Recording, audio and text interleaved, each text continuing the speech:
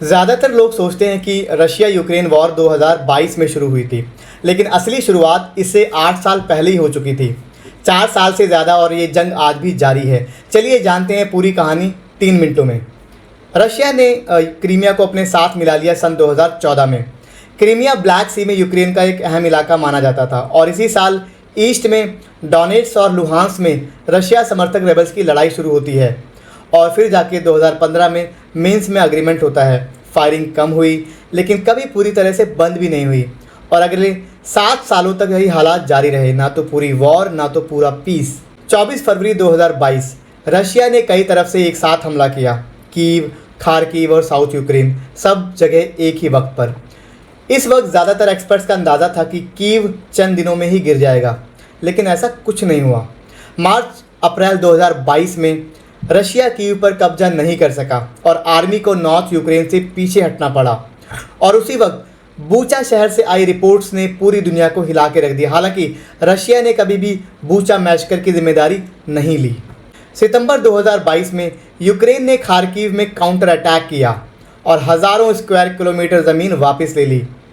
नवंबर 2022 केरसन वापस वो इकलौता रीजनल कैपिटल था जिस पर रशिया ने कब्जा किया था।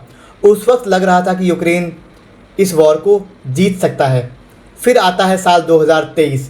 यूक्रेन ने साउथ में बड़ा काउंटर अटैक किया, लेकिन इस बार स्पीड बहुत धीमी रही।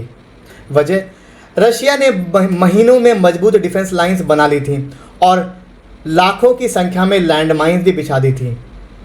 और फिर आता है साल 2024। महीनों की लड़ाई के बाद रशिया ने अवदिविका पर कब्जा कर लिया और यूक्रेन ने रशिया के अंदर दूर तक ड्रोन अटैक्स तेज कर दिए। 2025 अब वॉर की पहचान बदल चुकी थी। टैंक्स नहीं बल्कि ड्रोन्स में। दोनों तरफ से पावर प्लांट्स, मिलिट्री इंफ्रास्ट्रक्चर निशाने पर थे।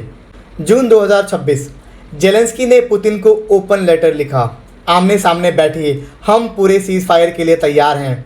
क्रेमलिन का जवाब दिलचस्प था, जेलेंस्की कभी भी मॉस्को आ सकते हैं, यानी मीटिंग से इनकार नहीं, लेकिन कंडीशंस अपनी। जेलेंस्की ने कहा मॉस्को जाना मुमकिन नहीं है, पुतिन कीव आ जाएं, और बात वहीं पर अटक गई। अब गौर करने वाली बात यह है कि 4 साल में इस वॉर की शक्ल पूरी तरह से बदल गई है।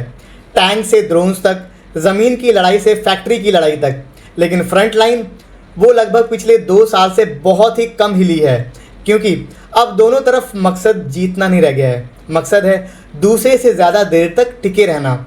और अगली वीडियो में हम बताएंगे कि इस वॉर का ईरान की वॉर से क्या रिश्ता है जो आपको हैरान कर देगा।